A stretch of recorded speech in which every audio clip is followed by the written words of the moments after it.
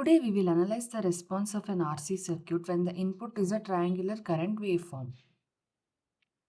Consider an RC circuit. Resistor is 1 kilo ohms, capacitor is 500 nanofarads, and the input current source is a triangular waveform with height 10 milliamperes and time period 10 milliseconds. We want to find out the voltage across the capacitor.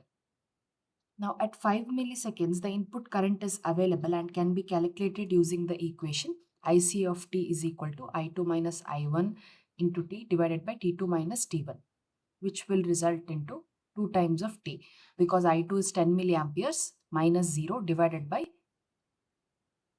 5 milliseconds minus 0, which is equal to 2t. Now voltage across capacitor can be calculated using the equation 1 by c integral of IC of t into dt. On substituting IC of t as 2t, we get voltage across capacitor to be 1 by c into t square.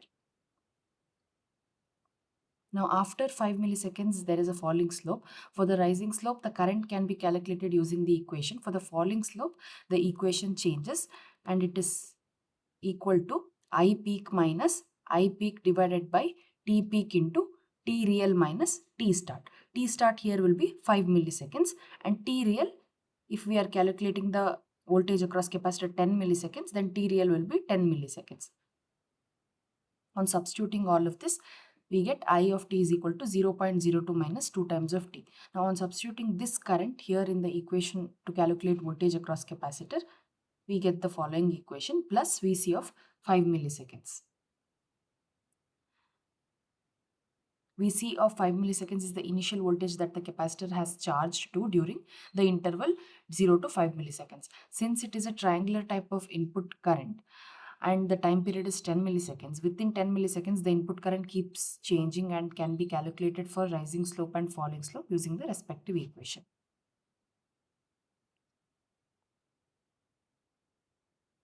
On plotting the voltage across capacitor values, we can see that from 0 to 5 milliseconds, it is exponentially increasing during the rising slope. The voltage across the resistor will be same as the input current's waveform because it is calculated as I in into R, and current flowing through the circuit will be equal to the input current. Now if we consider the second time interval, that is from 10.1 milliseconds to 15 milliseconds, it is the rising slope.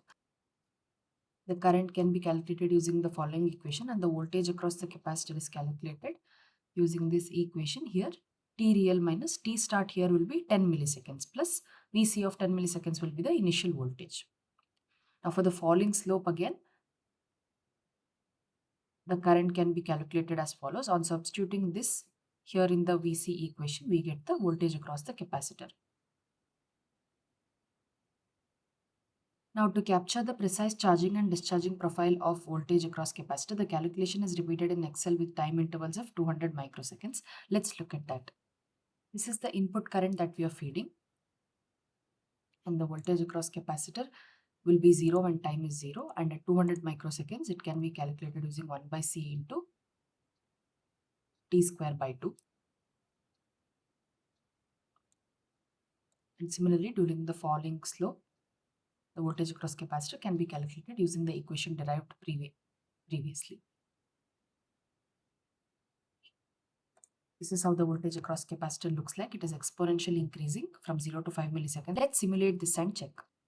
On simulating this, we can see that this is the input current that we are feeding. Voltage across the capacitor looks like this, and the current flowing through the circuit will be same as the input current.